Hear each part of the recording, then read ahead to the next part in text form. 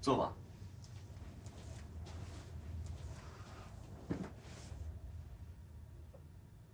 别害怕，就算前面坐满了人，你翻译你的，不要受干扰。你告诉你自己，交船的时候不是也是这么多人吗？现在只不过多了这么一个同船间而已，没什么大不了。我现在准备放录音了，你先听一遍，我们先来一遍交船，这样你可以闭着眼睛翻。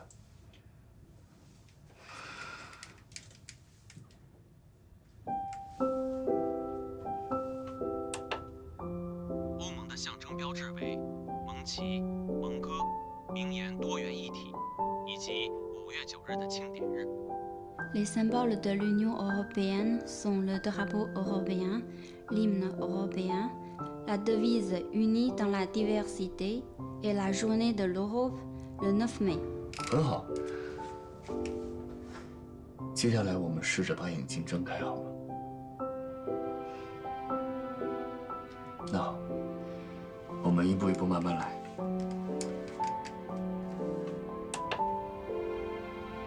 自从欧元正式流通，它就成为了欧盟最主要的标志。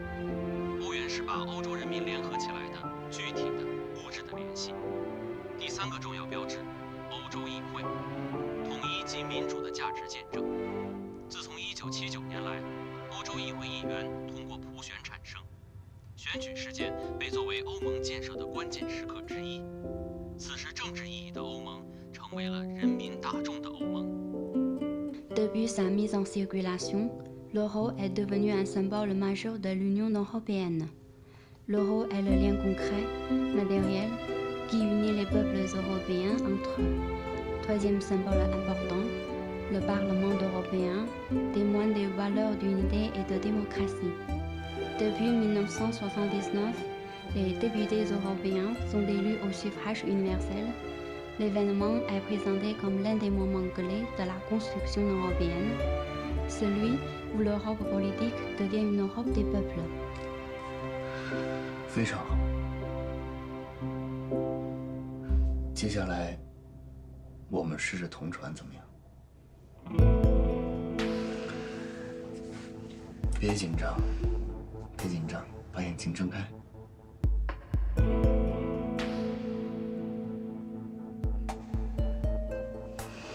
没问题的。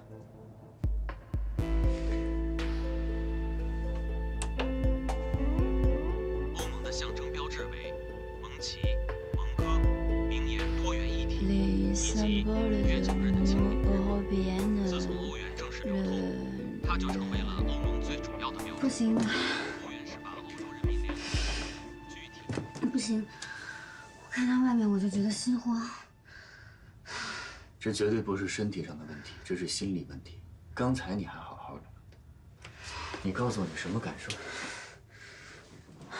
佳阳，我觉得心慌，我害怕这块玻璃，我们出去吧，行吗？不行，不能这么轻易的放弃。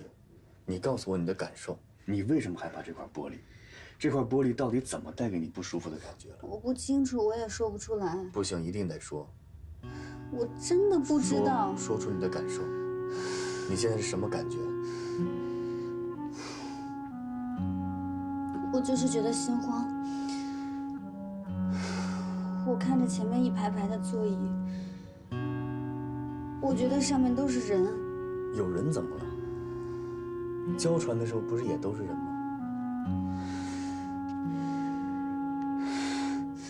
我觉得上面坐了很多人，我觉得他们都有生命危险，像我妈妈一样。你妈妈？不行了，佳阳，我要出去。好好好，走，咱们出去说。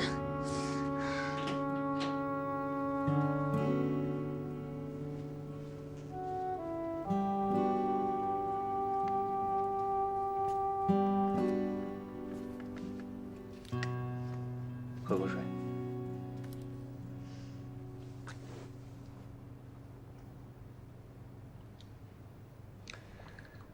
跟我说说，为什么会在同船间想到妈妈？我也不知道，我刚才想到就这么说了。仔细想一想，也许这个就是你心理问题的根源。为什么在同船间会想到伯母呢？你以前跟伯母进过同船间吗？没有啊。那是为什么呢？同船间里什么也没有，你从里面望出去就是一排排的座椅，为什么会想到伯母呢？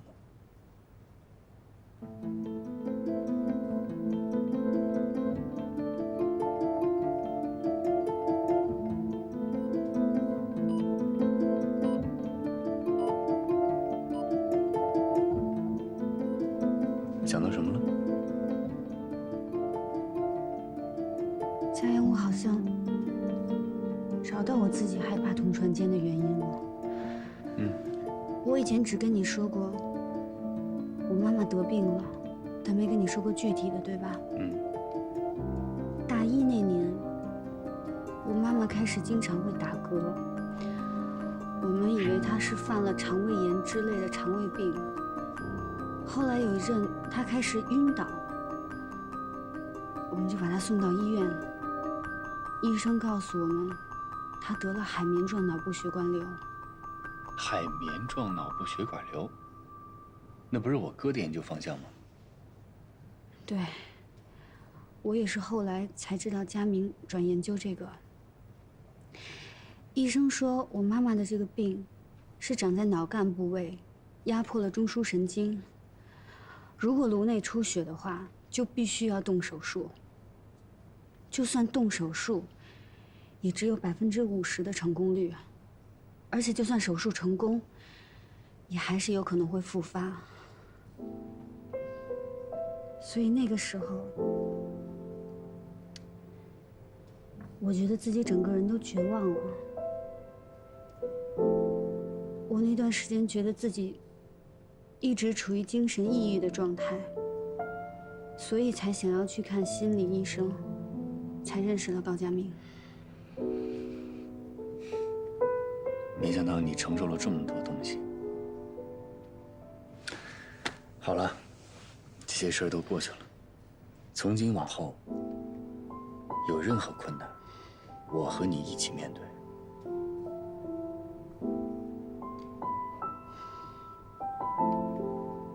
自从妈妈那个时候得了这个病，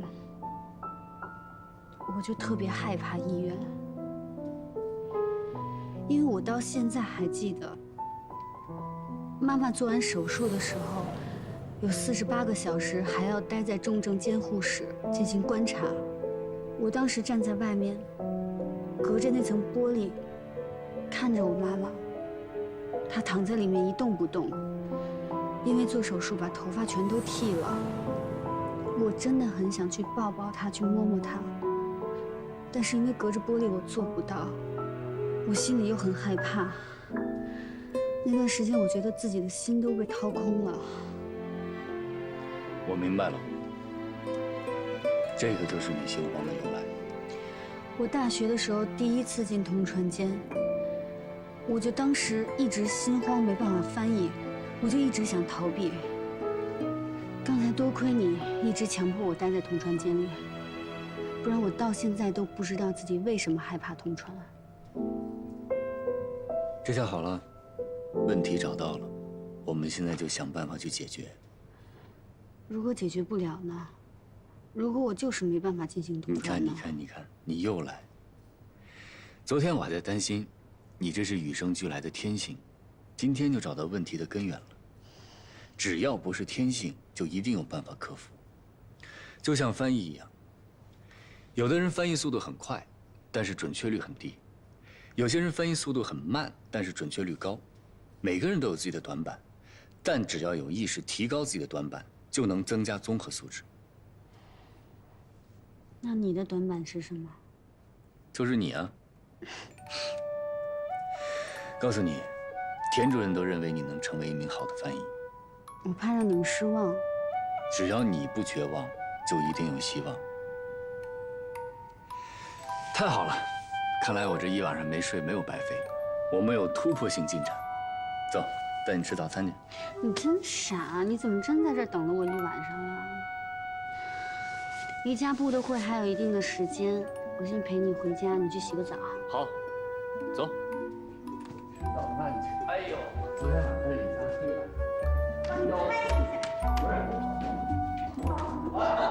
你看人家过。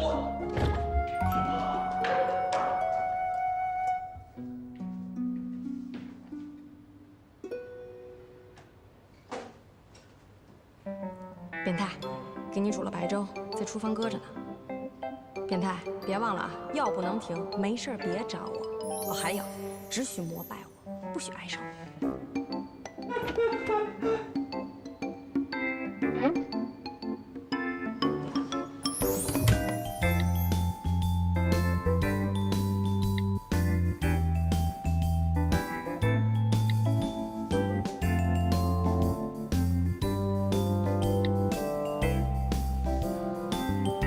喂，你好，帮我找一个可以做饭的阿姨。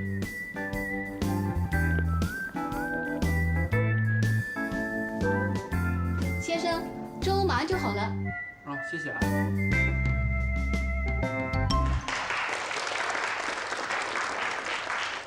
最后，欢迎王储阁下和太太的来访，对你们的慷慨和热情表示衷心的感谢。Bienvenue à vos Altesses. Je vous remercie encore une fois pour votre passion et votre générosité.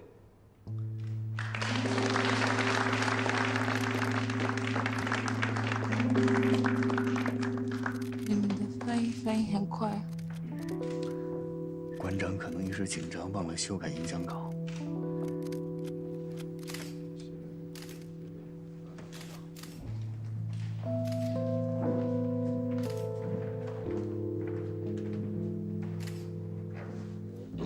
Je suis fan de la calligraphie. La culture chinoise me passionne. 我是一个书法爱好者，很喜欢中国文化。我的朋友书法家王梅芳，他非常喜欢家布，今天特地写了一幅字。Mon ami calligraphe Wang Meifang aime beaucoup le gabou. Elle a fait pour vous une calligraphie comme cadeau.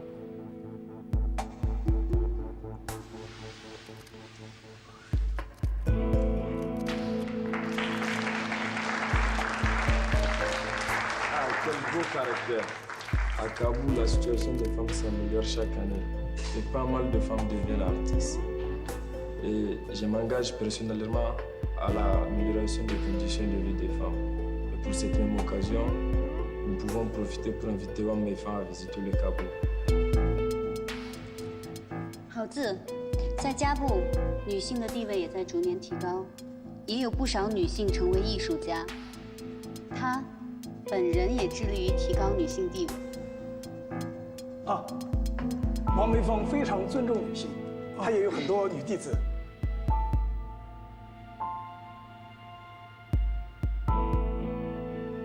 Wang Meifang a aussi des femmes qui ciblent. Il a un grand respect pour les femmes. Il paraît que mon frère va faire un discours sur l'amélioration des femmes en Afrique, basé sur votre femme calligraphe. On n'a pas reçu le communiqué de presse. C'est possible de reporter le discours au dîner? Tu le sais bien, le prince fait souvent des siennes.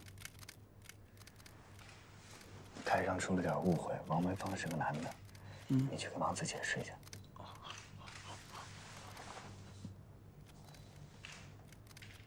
On s'était trompé, Wang Meifang est monsieur. Désolé.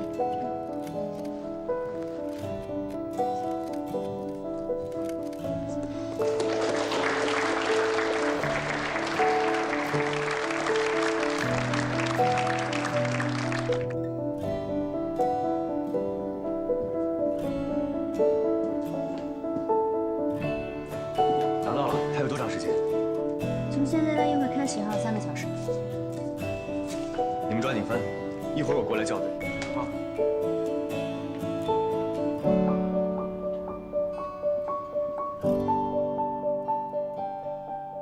今天谢谢你啊，乔飞。如果家部王储真的因为我犯错了男女，从王梅芳开始讲女性的地位，我就真的没法弥补了。我之前就跟你说过，这家部王储想干嘛就干嘛。这王梅芳这名字听起来确实像女的哈。我也是之前翻看记录，听到馆长要去王家求字，提到王太太，我当时就觉得奇怪，所以我特地查了一下，才发现他是男的。一开始我还有点怀疑你，你没必要帮我的。哎，我之前在他身上栽的比你狠，咱们法犯处不能来一个栽一个吧？没事的。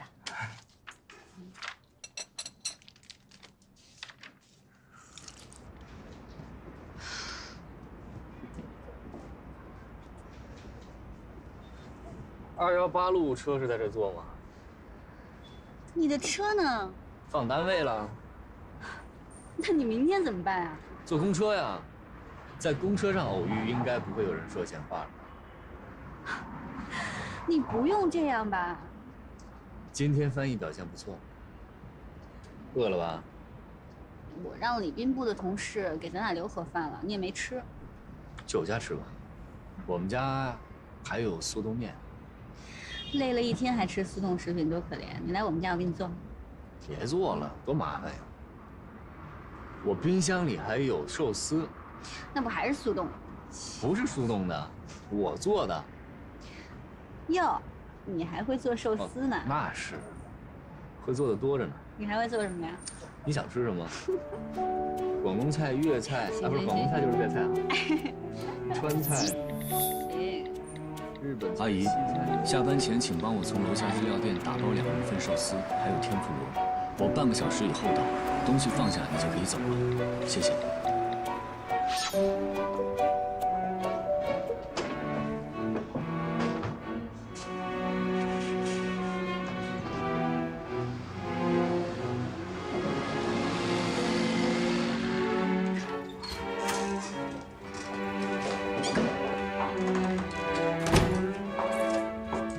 你坐沙发上等着我，我快。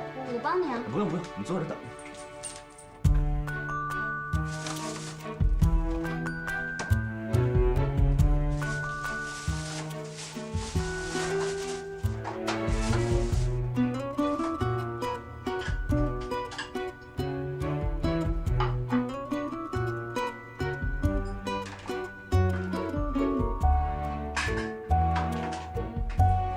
久等久等，饿了吗？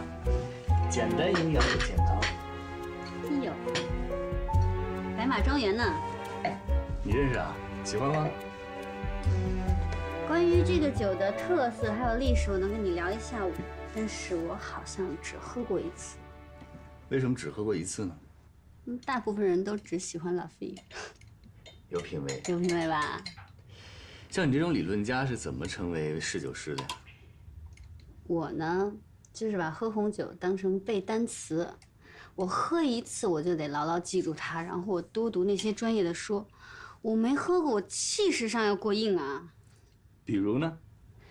比如，2010年真是一个红酒的好年份啊！怎么样？很有气势吗？有。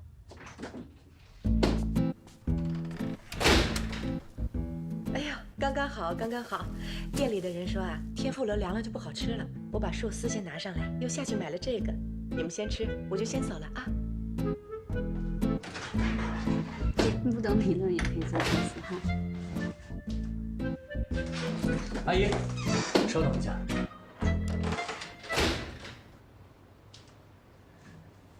我妈一个月给你发多少钱啊？3500。这是4000，你这个月的工资，多的500是因为你照顾了我哥。应该的，应该的。你妈请我就是一天做3顿饭，到哪都是做嘛。还有就是明天你就不用来我这儿了，你就把我哥的手照顾到他康复为止，工资从我这领。就是不从你妈那领工资了，对吧？对。等我哥手康复以后呢，你也不用来我这儿了，因为我以后可能不需要别人帮忙。为什么？我找张总去谈，他肯定不会同意的。啊，这次他同意了。是不是我做的饭菜不合口味？哦，没有没有，不是您的问题，是我的问题。我工作出现了一些变动，我可能要出国。真的要出国啊？对。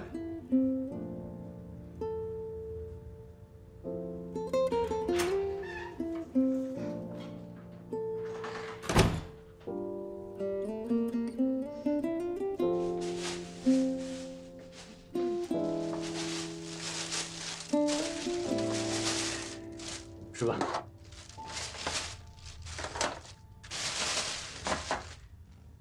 其实你刚才不用关门的，隔音挺差的。我会照顾好我自己的。我知道你能照顾好自己，你自己在瑞士生活那么久，肯定可以。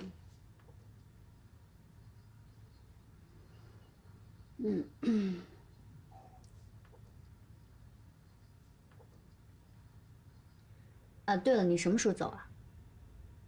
去哪儿啊？外派。嗨，我那么说是为了让那个阿姨心里舒服一点。我不走。你是为了我在跟家里闹别扭吗？你又胡思乱想，是不是我哥又跟你说什么了？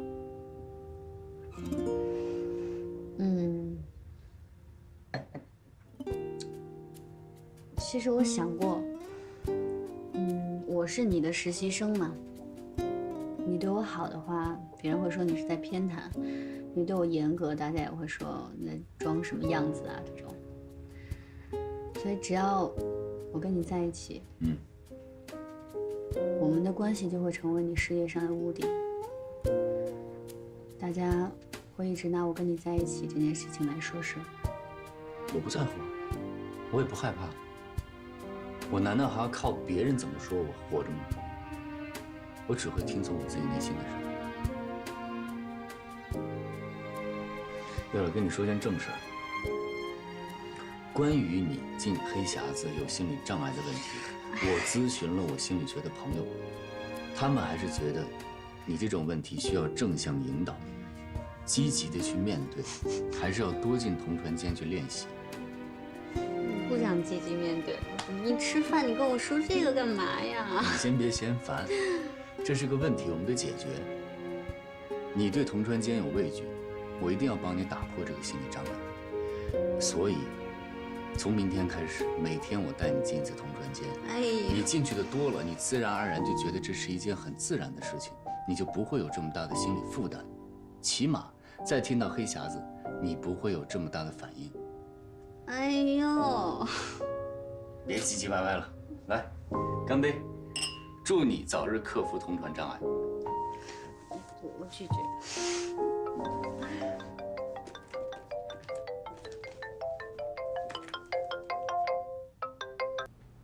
哎，乔飞啊，我是张医生，你不是让我有事直接跟你联系吗？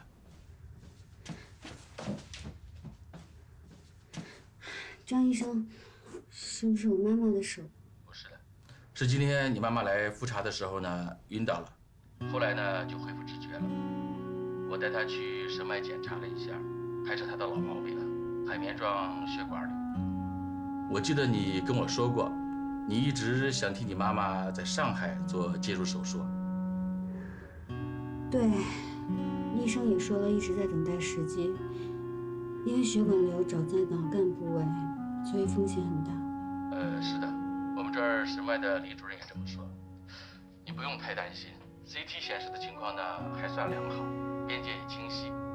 但是他让我必须通知你，你妈妈出现晕厥的症状呢，脑干周围有渗血点，证明最近一个阶段要加强注意，密切的观察。如果周围血管有出血前移，就需要立刻手术了。好，我马上回来吧。你也先别急，我建议你尽快和上海这边的医院联系，确定方案，把他接过去。我打电话给你的，就是让你心理准备，手术是势在必行的。你作为家属呢，要有了解，但不要过度的担心，干扰患者的情绪。何况，你妈妈的心里，你就是她的一切。我明白了，谢谢张医生。好。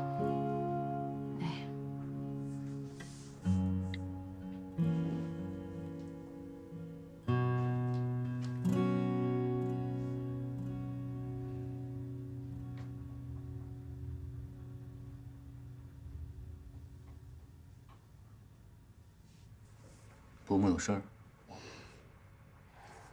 还瞒我。隔音不好，你忘了？说什么事儿了？没事儿，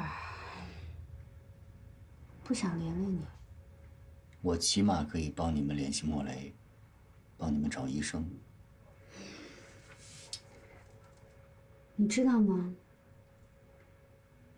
我妈妈的病，不是说轻易找一个医生，筹集到了手术费就可以去做手术了。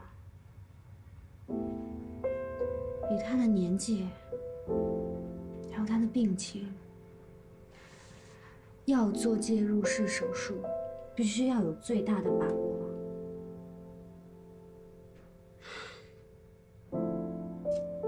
所有人都跟我说，做手术要么成功，要么就是生死一线。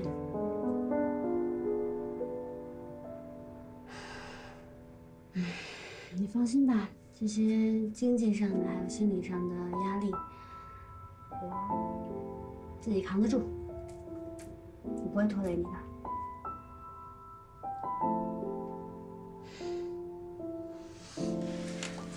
大姐，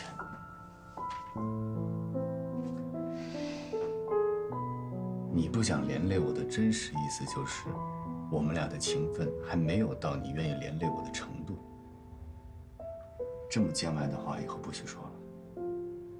你的事儿就是我的事儿，你愿意连累我，我很高兴。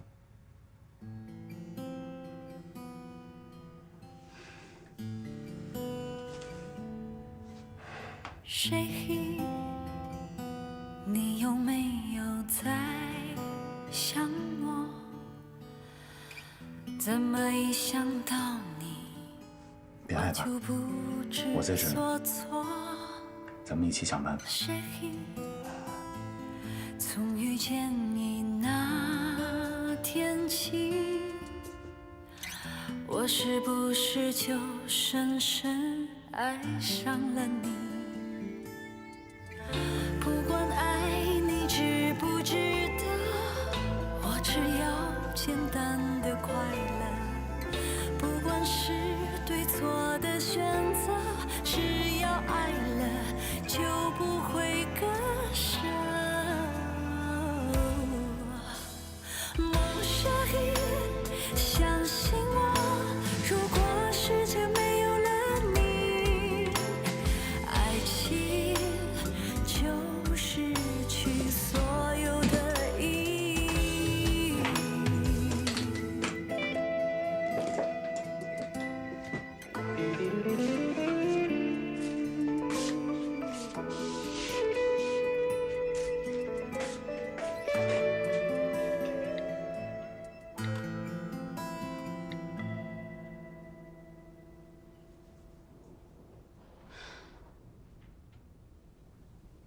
你先别急，乔飞。你妈妈的 CT 明天能快递到上海吗？这样，明天你来医院找我。好。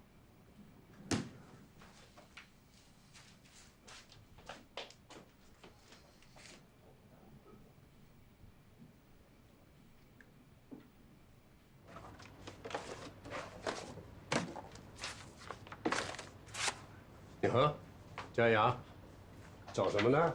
哎，主任，你有没有印象？上次瑞士劳卫部来交流的时候，有一个叫莫雷的医生。哦，你找他呀？可以去礼宾部问一下嘛。我当时留了他助理的电话，但我现在打过去已经停机了，而且我也问了随行的一些医生，别人说他现在去非洲了。哎呦，这就不好找了。要不你月底去瑞士的时候，可以直接到他医院去问问嘛。月底？对，去瑞士，时间定下来，15天以后你出发。这么快？还快呀！你都等了几年了。这段时间你可以请假，把家里该安排的安排一下。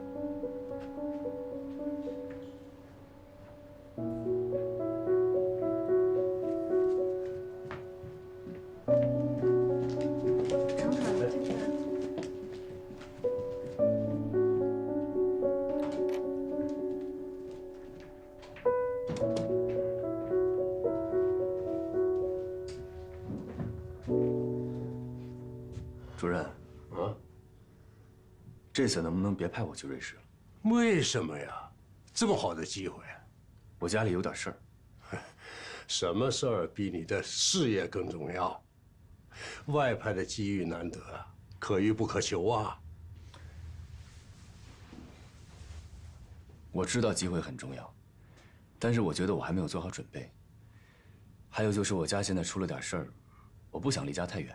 家里出什么事儿了？一个对我很重要的人生病了。你妈妈？不是我妈妈。那你爸爸和张总都知道你的决定了吗？我自己的事情，我自己做主。别急着那么下决定，你再给我好好考虑一下。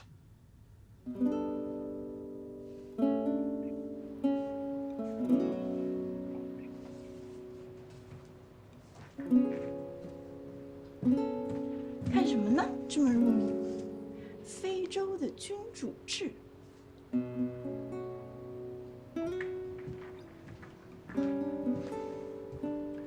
下午没有翻译任务，你们都去训练室训练吧。走吧。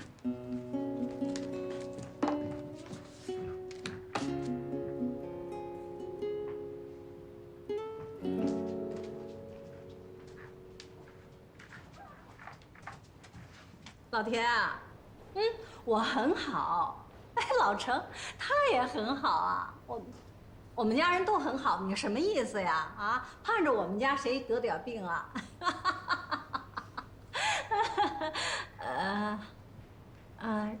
什么？嘉阳不去外派？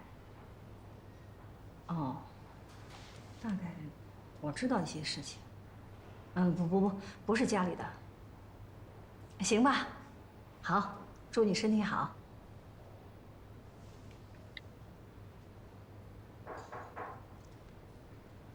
进来。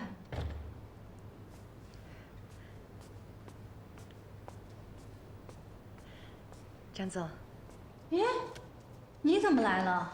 工资没打给你吗？啊，收到了，收到了。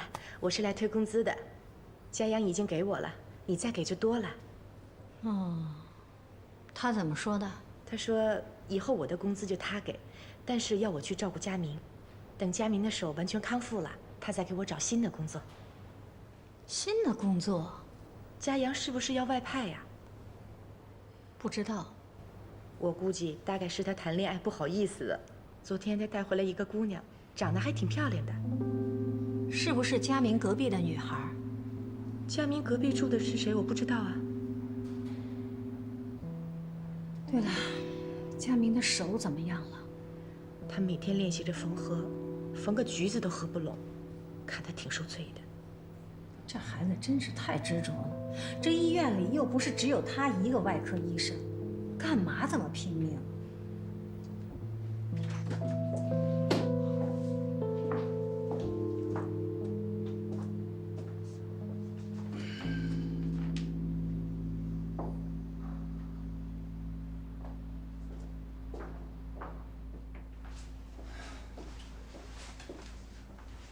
呀，不让你休息吗？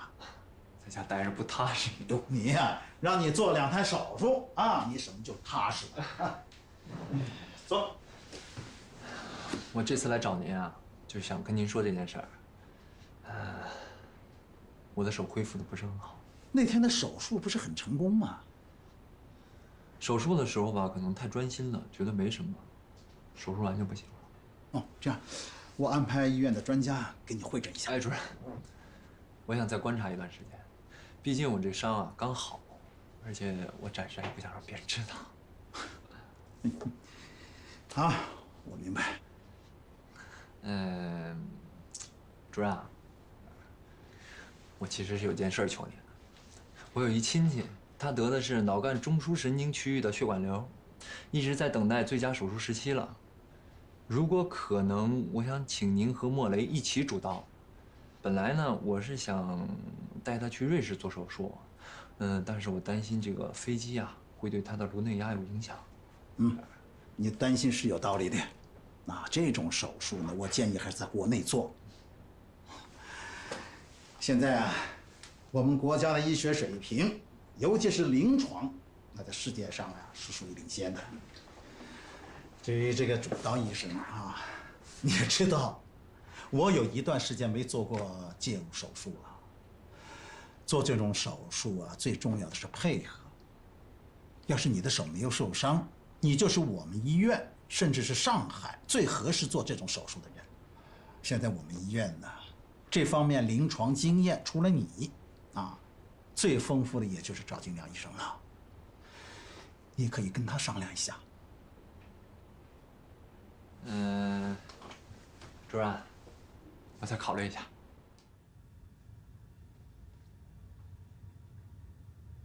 你漏了一句啊！还真是，不像你啊，心不在焉的。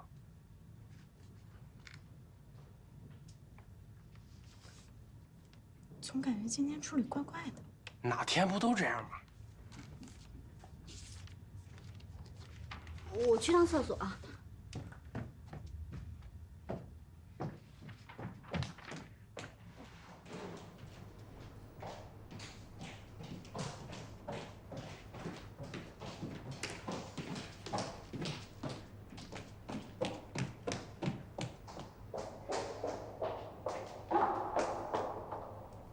找我呀？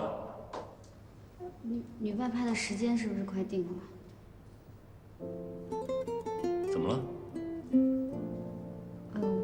我会好好工作的，你不用担心我。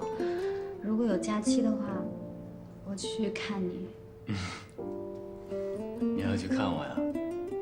那么好，就为这点事儿冒这么大险跑这儿来？担心你。我有什么好担心的？下班等我。我约了人。谁呀？跟伯母的病有关吗？那是谁呀？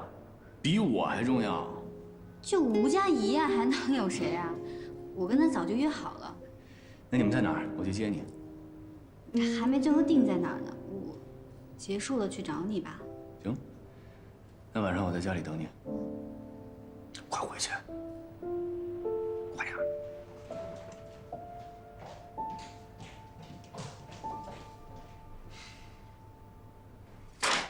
这个呀，就是肾血点，有明显的造影。阿姨如果再次出现昏厥，那情况就不好了。现在医院给打的针啊，是消炎化淤血的，但是不进行手术还是没办法控制。如果血管瘤压迫，就有可能造成血管爆裂的危险，所以要尽快手术，转到上海医院观察2、3天，等到肾血点的淤血收干净了，马上手术。成功率是多少？小飞，你是知道的，手术没有绝对的乐观，但你也不要悲观。费用呢？原来那个你又回来了。说什么？那个倔强的，把背上的刺都拱起来，不让人接近的乔飞。我记得当初认识你的时候，你妈妈刚得了这个病，你就是像现在这样，一个人把所有的压力都扛在身上，而且冷静的可怕，不让任何人触碰你宝贵的自尊心。但是不要这样，乔飞，会让关心你的人感到伤心。我现在不想跟你说这个。手术费一共是多少钱？最起码25万吧，开颅手术费7万多，还不算请外国专家的。术后恢复高压氧要10万，头骨修复要8万，这些都是一般材料，还不算进口。25万。钱的问题你不用担心，我可以帮你。不用，钱的事情我会自己想办法。那让程家阳帮你，他是你男朋友，名正言顺，他不处理谁处理？我给他打电话。哎，你别。明白了。你没告诉他你来我这儿吧？看来，这是我们之间的秘密。如果我用这个要挟你，你能不能考虑做我的女朋友？你别胡说了，你不是这样的人。那我是什么样的人？我是一个不希望看到你伤心难过的人。程家阳在哪儿？他为什么不帮你分担？他是你男朋友，他不该让你一个人承受这个。佳阳马上要被外派到瑞士去了，我现在不想跟他说这个，我不想打扰他。打扰？是你的意思还是他的？这个你就别管了。请你密切帮我留意着给我妈妈做手术的医生，医药费我会自己想办法。小飞，你知道的，只要你开口，我愿意帮你，什么我都愿意做。佳明，你也知道我的，佳阳是我男朋友，我都不想拖累他。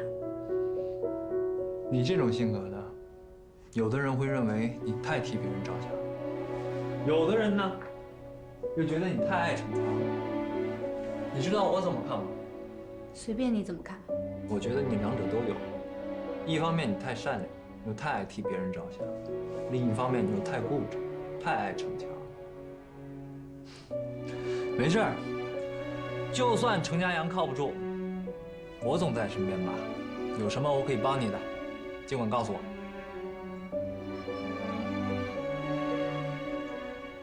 我确实有一件事情，请你一定要帮我。一定。就是关于手术费的事情，请你一定不要告诉佳阳，替我保密。行，但是条件是我来付医药费。医药费我不会要的，我会自己想办法的。你总是这样，记不记得当年你差点害自己得了抑郁症？小飞，自尊心太强是自卑的表现，也许你一直在自欺欺人。你打心眼里知道你和程家阳不是一路人，你们的爱情就像温室里的花朵，一经风雨就会被摧毁，所以你不敢让它经受考验。今天就到这儿吧，我先走。不要再自欺欺人了。